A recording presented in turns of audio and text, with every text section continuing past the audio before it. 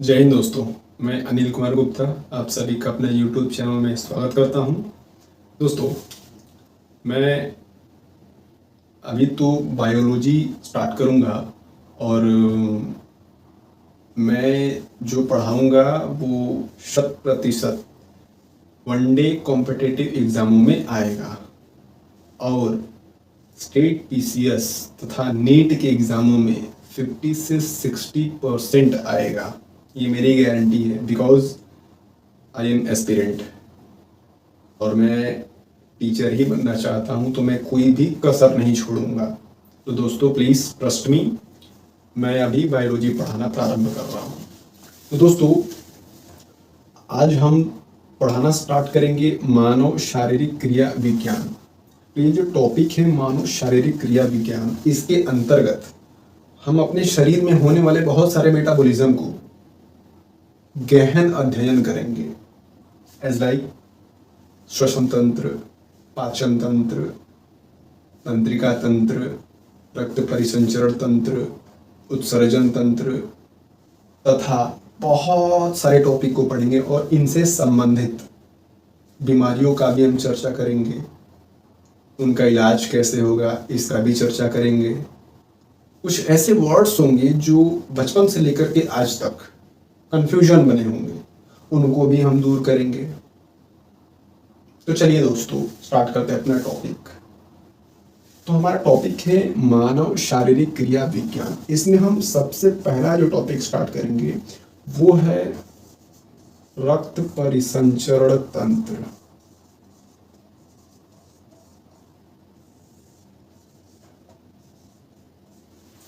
दोस्तों, एक बात बता दूं, मैंने खुद से ये सोचा है because I am aspirant, I want to become a teacher, कि वनडे एग्ज़ाम में या नेट हो गया या स्टेट पीसीएस का प्री हो गया, जो भी हो, तो इनमें सामान्य रूप से एमसीक्यूज क्वेश्चन आते हैं, ऑनलाइन क्वेश्चन आते हैं। तो मैं जो भी पढ़ाऊँगा संभवतः पॉइंट वाइज पढ़ाऊँगा, मतलब पॉइंट के रूप में आपको हर बातें बताऊँगा। इससे दो फायदा हुआ। पहला कि आपको रिवीजन करने में आसानी होगी और दूसरा, जब आप एमसीक्यूज लगाएंगे तो वॉल लाइनर ही आएंगे तो आपको खटाक से याद आ जाएगा। तो इस तरीके से मैंने डिसीजन लिया है कि चलो मैं आपको पॉइंट वाइज ही पढ़ाऊंगा। खैर, कोई दिक्कत नहीं होगा, ये मेरी गारंटी है।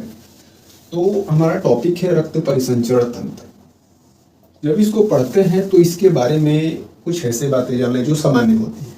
तो इसमें पहला पॉइंट हम ये कह सकते हैं कि रक्त परिसंचरण तंत्र के बारे में 1628 ईस्वी में एक साइंटिस्ट थे जिनका नाम था, ध्यान दीजिएगा दोस्तों,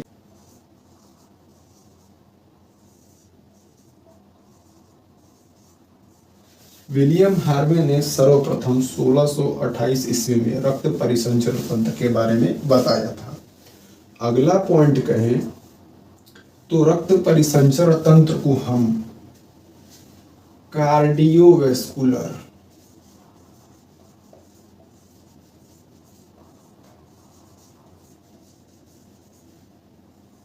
या फिर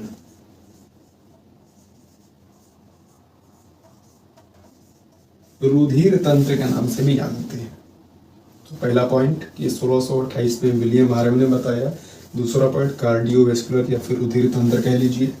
तीसरा पॉइंट, इस रक्त परिसंचरण तंत्र के अंतर्गत हम रक्त के बारे में पढ़ेंगे, रक्त नलिका के बारे में पढ़ेंगे और तीसरा हृदय के बारे में पढ़ेंगे। बहुत ही सार गहन अध्ययन करेंगे ताकि एक भी एग्जाम में क्वेश्चन ना छूटे बायोलॉजी से, ये मेरा गारंटी है।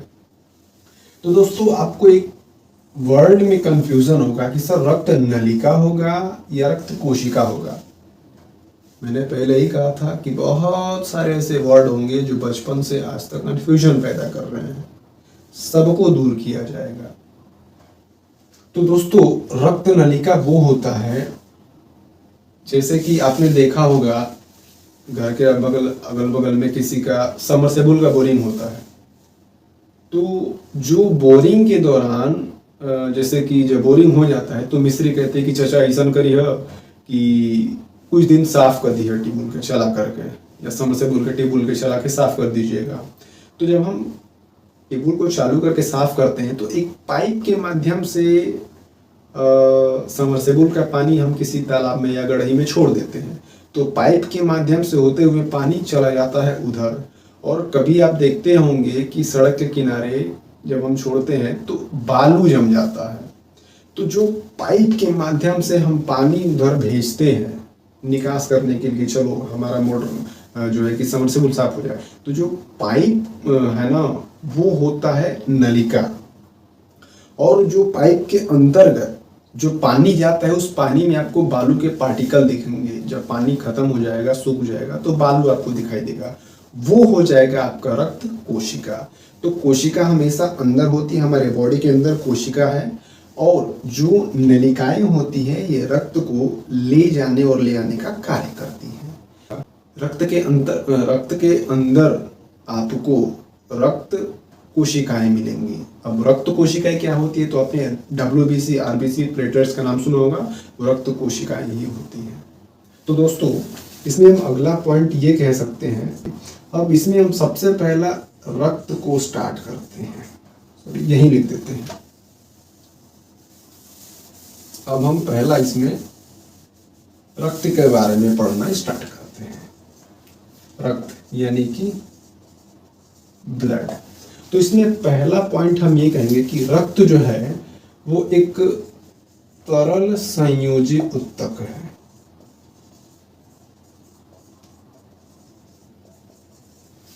रक्त आपने देखा होगा कि लिक्विड फॉर्म में होता है तो तरल हो गया। संयोजी उत्तक बोले तो, अच्छा उत्तक बोले तो क्या है, बहुत सारी कोशिकाओं के मिलने से उत्तक का निर्माण होता है, और ये संयोजी उत्तक होता है। शरीर में जब ब्लड जाता है तभी तो हमारा शरीर कार्य करता है, तो एक दूसरे से कनेक्टेड है। तो वही कह रहा है कि तरल संयोजी, एक ब्लड जो है वो तरल संयोजी उत्तक होता है। दूसरा पॉइंट कह दे कि जो रक्त होता है इसका सामान्य कार्य क्या होता है। अच्छा, ये जो रक्त होता है वास्तव में रक्त परिसंचरण तंत्र का भाग होता है, इस बात को ध्यान दीजिएगा। ये भी पॉइंट कह सकते हैं कि रक्त जो है वो रुधिर तंत्र का मुख्य भाग होता है, इस बात को ध्यान दीजिएगा। अगला पॉइंट ये कहते हैं रक्त का कार्य क्या होता है भाई, तो ध्यान दीजिएगा। रक्त का कार्य होता है हमारे शरीर के विभिन्न कोशिकाओं तक। कोशिकाओं मैंने बोला, शरीर जो है वो कोशिकाओं से मिलकर के ही बना है, तो नाक का कोशिका अलग, हाथ का कोशिका अलग, पैर का कोशिका अलग। तो शरीर के विभिन्न कोशिकाओं तक रक्त जो होता है वो पोषक तत्वों का, प्रोटीन का, ऑक्सीजन का आदि का परिवहन करता है। इसके साथ साथ एक समान कोशिकाओं की सहायता से शरीर में उपापचयी अपशिष्ट पदार्थों को बाहर भी निकालता है। तो इस बात को ध्यान दीजिएगा, एक समान कोशिकाओं की सहायता से ही निकालेगा। अगला पॉइंट कार्य ये देख लेते हैं कि ये क्या करता है, परिवहन करता है। कहां तक, कोशिकाओं तक।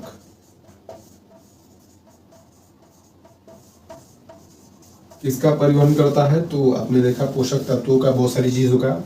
और क्या करता है, उत्सर्जन कह लीजिए, कोई दिक्कत नहीं है। उत्सर्जन के रूप में H2O निकाल देता है, CO2 निकाल देता है। तो यहाँ पर एक रिएक्शन काम करता है, C6H12O6, इससे निकलता है CO2 और प्लस H2O और प्लस ATP।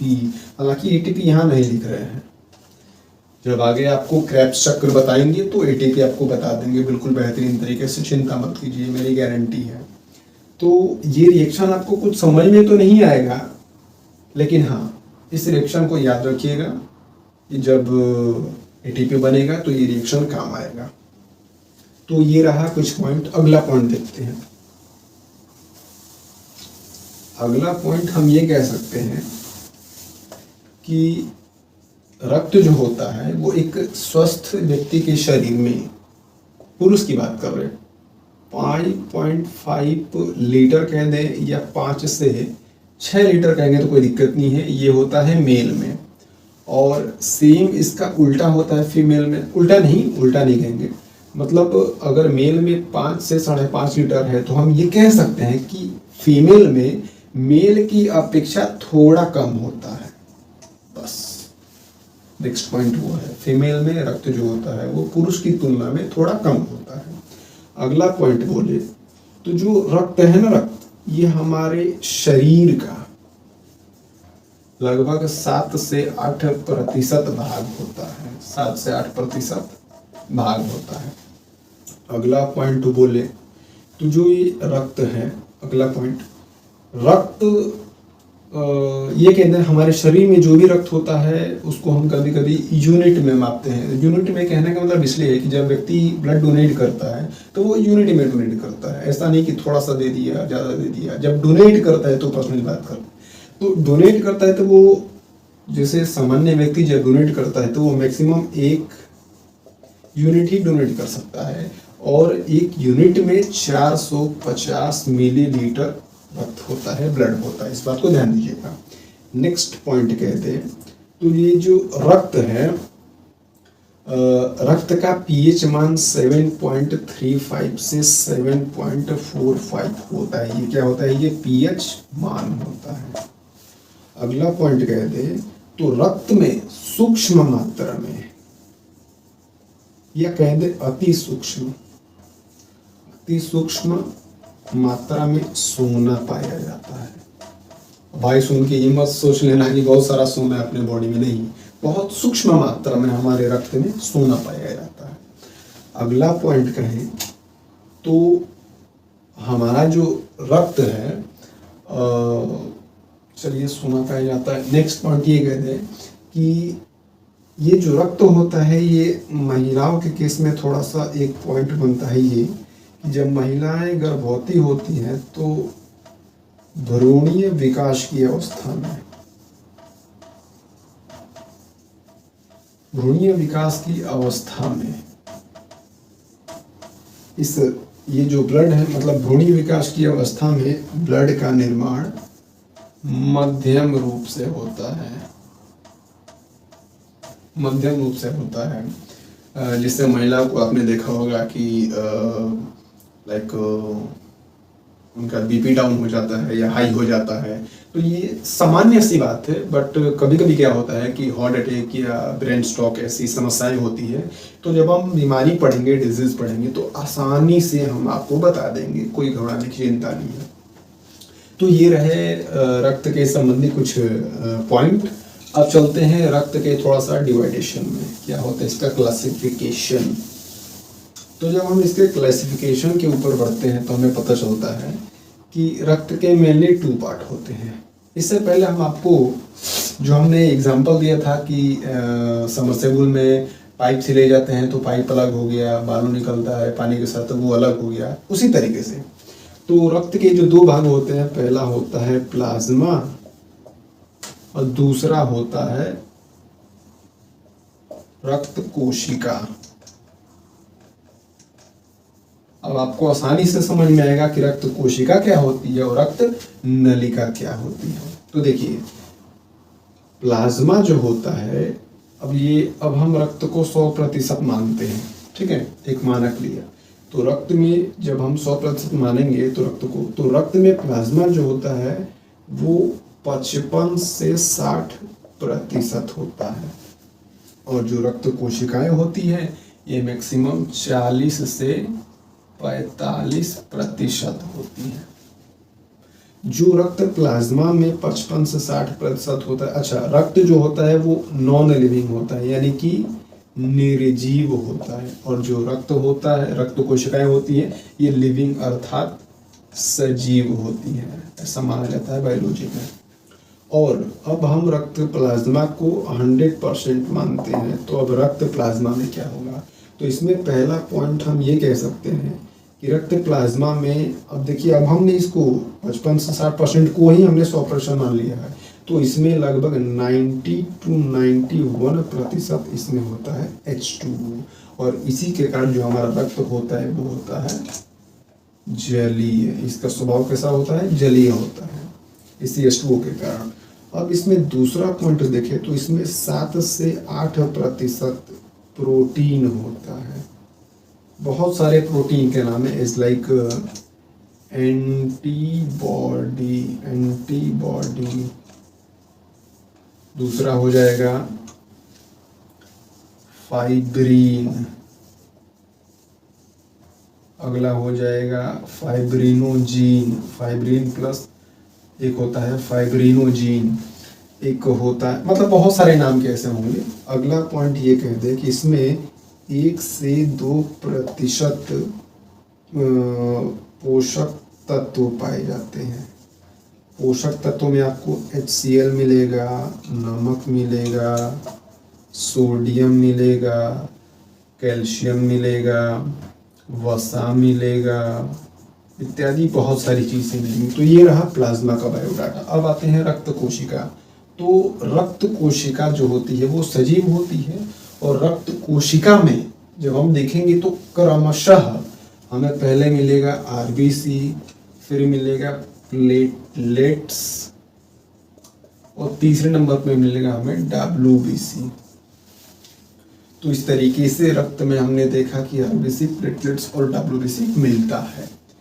तो मुझे लगा है कि आप लोगों को ये अच्छा लगा होगा, और जब मैंने पॉइंट वाइज बताया है तो आपको रिवीजन करने में आसानी होगी, MCQs लगाने में आसानी होगी। तो मैं उम्मीद करता हूँ आपको समझ में आया होगा। So that's enough today. खुश रहिए, स्वस्थ रहिए, मस्त रहिए, और अच्छा लगा तो वीडियो शेयर लाइक जरूर कर दीजिएगा। धन्यवाद।